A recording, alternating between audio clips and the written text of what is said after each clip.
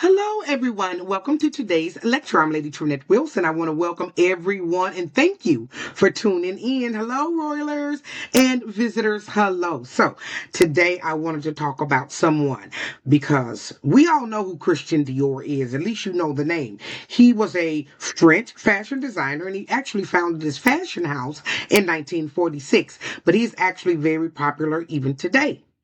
Now, 3 years after opening his fashion house, a woman named Dorothea Church walked in and she became the first African American model to model his clothes. And her career lasted with him, along with other really big fashion designers, for 5 years there in Paris.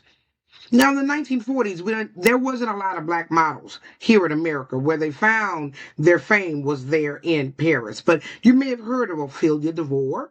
She opened the first black modeling agency, or even Helen Williams Jackson. I have a video down there for both of those women, very extraordinary careers.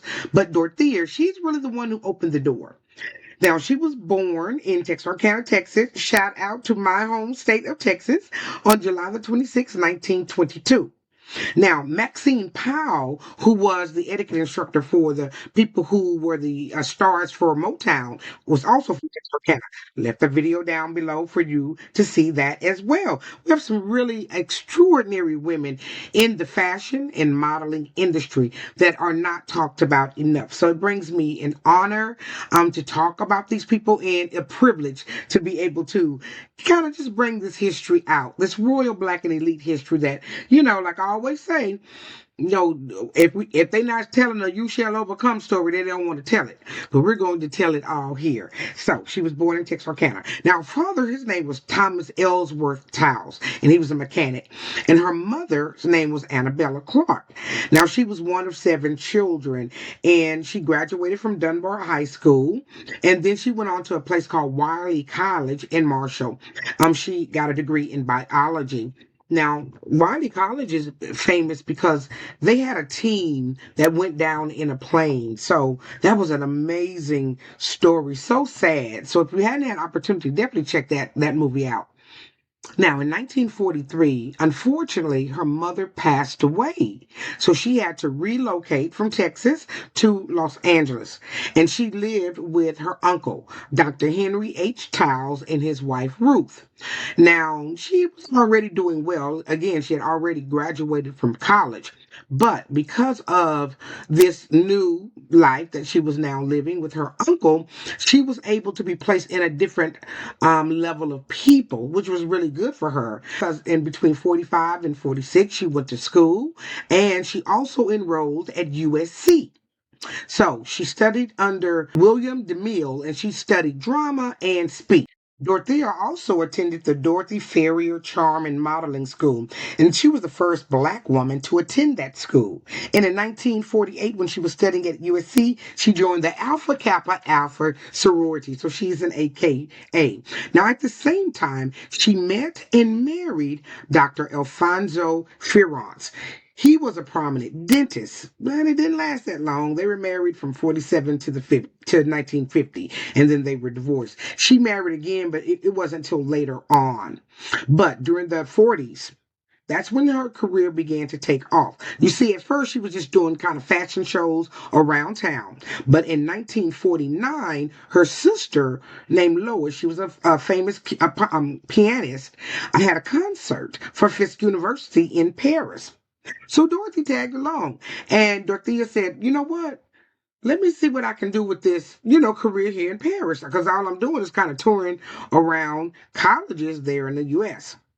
Well, she walked in, and her first job was with Christian Dior. She tried out and he liked her. So for the next 5 years, she stayed right there in Paris modeling for the top designers, which led her to being on the cover of the Jet magazine in April of 1953. Now, how many of you all lived in a house or had a mama who had all the jets all around the house? Please put a like down below if this brings any memory back to you. Now, she tried to cash in on her popularity from Paris when she moved back to the U.S. in 1954, but it didn't go well because it was so racist in America. She could not get jobs. The fashion designers didn't want her to walk their clothes.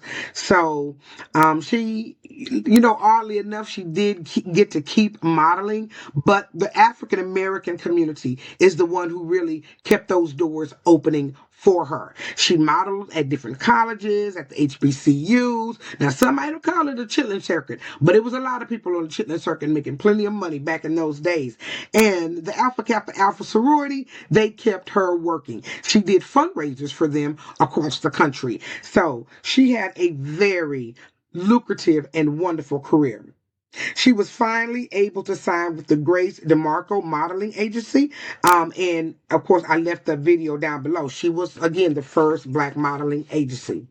Now, Dorothea's success was able to open doors for not only herself, but many other models. She lived a really long life. And she passed away when she was 83 years old of heart and kidney disease. Now, she was featured in an exhibition in 2006 at the Museum of the City in New York. So if you're in New York, check her out. That'd be a bright spot given everything that's going on right now in New York. So y'all might want to check Dorothea out.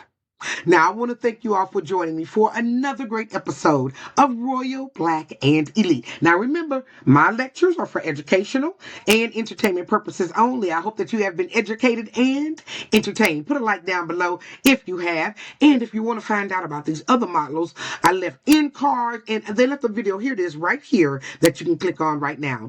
I want to thank you all for joining me. Don't forget to hit like, share, and subscribe. And if they ask you to hype it, can you hype the video for me? It pushes it through the algorithm. I truly appreciate you. Have a great day.